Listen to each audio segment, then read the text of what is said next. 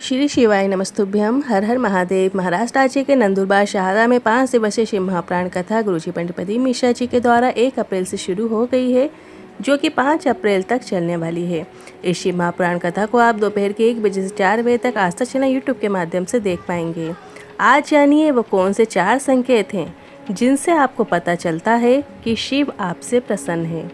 इसके साथ ही गुरुजी का बेलपत्र, शमीपत्र और दूर्वा वाला उपाय भी आप वीडियो में कर हमने बताया है, आप देखकर समझ सकते हैं। साथ ही 5 अप्रैल चैत्र नवरात्र अष्टमी का विशेष दिन है और चैत्र नवरात्र अष्टमी को अपनी हर मनोकामना पूर्ति के लिए कौन सा उपाय करना है, उसकी जानकारी आपको इस वीडियो में मिलने वाली है। आज 4 अप्रैल चौथे दिन की शिव महाप्राण कथा में गुरुजी पंडित प्रदीप मिश्रा जी ने 11 उपाय पत्र उपयोगी जानकारियाँ दी हैं। सभी की जानकारी आपको इसी वीडियो के माध्यम से मिलने वाली है। किसी कारणवश यदि आपने आज तक नहीं सुन पाए हैं तो पूरी कथा का रास्ता तो आपको इस छोटे से वीडियो से प्राप्त होने वाला है। तो बढ़ते हैं आज की कथा की पहली जानकारी की ओर। शंकर भगवान के मिलन का मूल बिंदु है आपका विश्वास। आप किसकी शरणागति में हैं ये आप पर निर्भर करता है, और आप जिसकी शरणागति लेते हो वो आपको कभी भटकने नहीं देता, गिरने नहीं देता। और आप भोलेनाथ के मंदिर में जाकर जल चढ़ा रहे हो या बेलपत्र अर्पित कर रहे हो या धतूरा अर्पित कर रहे हो या पुष्प अर्पित कर रहे हो या कोई भी चीज़ अर्पित कर रहे हो, पूजन अर्चन कर रहे हो, एक दिया लगा रहे हो, साफ सफाई कर रहे हो, आपने भोलेनाथ की शरणागति ली है। और ऐसे में आप कभी डूब नहीं सकते, बस आपको अपने कर्म अच्छे और श्रेष्ठ रखना है। बढ़ते हैं आज की कथा की दूसरी जानकारी की ओर। पुण्य करने के लिए सोचना पड़ता है, विचार करना पड़ता है, पर पाप करने के लिए सोचना नहीं पड़ता, पाप अपने आप हो जाता है। बढ़ते हैं आज की कथा की तीसरी जानकारी की ओर। गुरुजी ने कहा, कल लगभग 5 लाख से ऊपर शिव भक्त आए थे और आज उससे भी 2 गुने शिव भक्त कथा का श्रवण करने आए हैं। बढ़ते हैं आज की कथा की चौथी जानकारी की ओर। 7 अप्रैल 2025 को है सोमवार का दिन। काफ़ी अच्छा दिन है और चैत्र दशमी की विशेष तिथि है, और इस दिन गुरुजी ने सभी से एक विशेष उपाय करने को कहा है, जिसे हम आपको वीडियो में करके बता रहे हैं। नवरात्रि पूर्ण होने के बाद चैत्र की दशमी तिथि का एक विशेष उपाय की जानकारी आप अच्छे से सुन लीजिए। मान लो कर्जा बहुत अधिक मात्रा में हो गया हो, फसल अच्छी नहीं आ रही हो, या फिर बहुत टेंशन ज़िंदगी में चल रही है, पैसों की आवक नहीं हो रही है, तो ऐसी स्थिति में आपको 5 शमी पत्र लेना है, 5 दूर्वा लेना है और 5 ही बेलपत्र लेना है। अब इन 5 शमी पत्र, 5 दूर्वा, 5 बेलपत्र में से 1 शमी पत्र, 1 दूर्वा और 1 बेलपत्र आपको अपने हाथ की हथेली में रख लेना है। अपना नाम और गोत्र बोलकर अपनी कामना करके शिवलिंग के ऊपर आपको अर्पित कर देना है। तरीके से दूसरी बार भी आपको 1 शमी पत्र, 1 दूर्वा, 1 बेलपत्र ले लेना है और शिवलिंग के ऊपर अर्पित कर देना है। ऐसा करके आपको 5 बार 5 शमी पत्र, 5 दूर्वा और 5 बेलपत्र में से 1 करते हुए सभी अर्पित कर देना है। इसके बाद 1 लोटा जल 3 बार में शिवलिंग पे अर्पित कर दो। बाबा से बोलो, बाबा बहुत कर्जा हो गया है, व्यापार नहीं चल रहा है, तुझे ही सब संभालना है। और थोड़ा सा जल लेकर जो आए हो, मतलब जलाधारी से जो जल नीचे की ओर गिरता है उसमें से आपको थोड़ा सा जल अपने जल कलश के अंदर झेल लेना है और उसे अपने घर के मुख्य द्वार के बीचों बीच या व्यापार के स्थान पर सिंचन कर दें। पैसों की ऐसी आवक होगी कि जीवन में आपका भी पत्र आएगा कि बाबा ने आपको क्या प्रदान किया है। अब बढ़ते हैं अगली 5वीं जानकारी की ओर। भागवत सभी ने सुनी है। भगवान कृष्ण के जन्म के बाद 14 साल निकल गए, पर कृष्ण भगवान माता देवकी को छुड़ाने नहीं आए। शिशु रूप में पूतना को मार दिया, वकासुर को मार दिया, कई दैत्यों का संहार कर दिया, पर माता देवकी को छुड़ाने नहीं गए और माता देवकी इंतज़ार करती रहीं।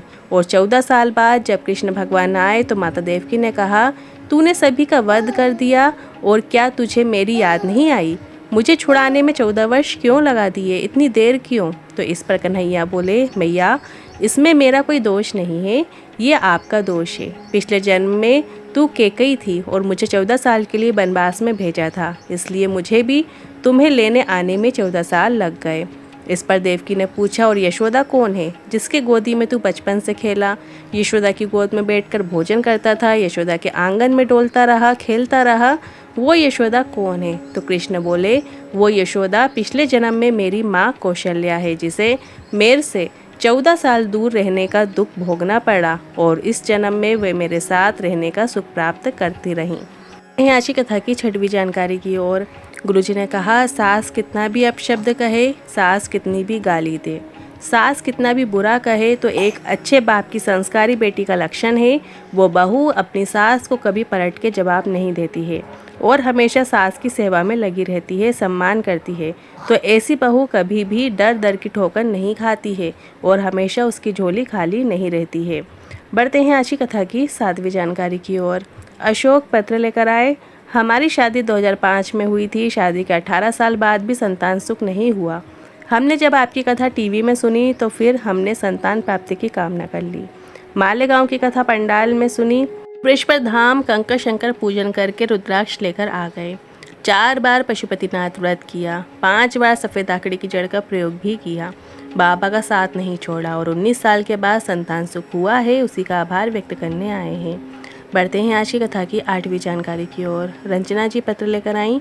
मेरी बहन की बेटी की शादी के 14 साल हो गए थे पर संतान सुख नहीं था। मैंने उसे सफ़ेद आकड़ी की जड़ का प्रयोग करने को कहा पर उसने कहा डॉक्टर का ट्रीटमेंट चल रहा है और मना कर दिया, पर उसको लाभ नहीं हुआ। तो उसने सफ़ेद आकड़ी की जड़ का प्रयोग किया पर संतान सुख नहीं हुआ।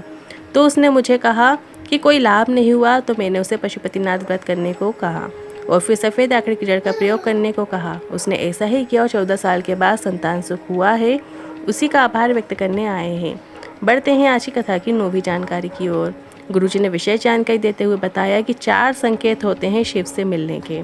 पहला, जो लगातार शंकर के मंदिर जाता है, जो शंकर की कथा सुनता है, जो शंकर के भजन करता है, उसे शंकर भगवान पहला संकेत देते हैं। उसे स्वप्न में शंकर भगवान के दर्शन होते हैं। दूसरा, जिस शिवलिंग की पूजन करते हैं, मान लो उस शिवलिंग पर आपको शंकर का प्रतिबिंब दिखने लगे। कभी लगे कोई आपको झांक रहा है, कभी आपको लगे कि कोई ने आपको आवाज़ दी, पलट के देखा तो कोई नहीं दिखा। ये लगे कि शिवलिंग हिल रहा है या शिवलिंग पर किसी मनुष्य की आकृति दिख रही है, मतलब शंकर आपसे प्रसन्न है और शिव से मिलन आपका होने वाला है। इसके बाद गुरुजी ने बताया तीसरा संकेत है, कभी आप कोई चीज़ सोचो और वो कुछ ही दिनों में हो जाए तो समझ लेना शिव मिलने वाले हैं।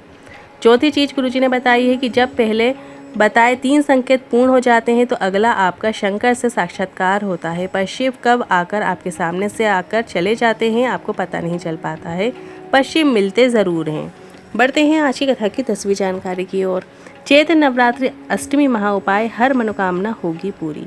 बेलपत्र के पेड़ के नीचे या गमले में या घर में आपको क्या करना है, 2 गोल लिंगनुमा आकृति बना लेना है।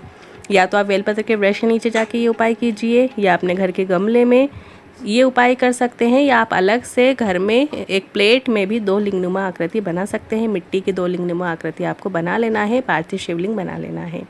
एक लंबी बाती का दीपक प्रज्वलित करें। एक शिवलिंग या गोल लिंगनुमा आकृति में 5 सफ़ेद पुष्प भोलेनाथ का स्मरण करते हुए आपको अर्पित कर देना है, और जो दूसरा शिवलिंग या गोल लिंगनुमा आकृति आपने बनाई है उसमें आपको 9 लाल पुष्प माता पार्वती का स्मरण करते हुए अर्पित कर देना है। इसके बाद आपको अपनी कामना कर लेना है। का विशेष उद्देश्य जो है वो 9 लाल पुष्प और 5 सफ़ेद पुष्प अर्पित करना है, पर आप इसमें थोड़ा सा जल अर्पित कर सकते हैं, दूध अर्पित कर सकते हैं। आप जैसी नॉर्मल पूजा करते हैं उस तरीके से आप पूजा करके पुष्प अर्पित कर सकते हैं। लिंगनुमा आकृति बनाई उसमें आपको 5 सफ़ेद पुष्प अर्पित करना है, और दूसरी जो लिंगनुमा आकृति बनाई है उसमें आपको 9 लाल पुष्प पार्वती माता का स्मरण करते हुए अर्पित कर देना है। इसके बाद अपनी मनोकामना कर लेना है। के बाद जल से विसर्जन कर दीजिएगा या किसी नदी या तालाब में जाकर आपको विसर्जन कर देना है।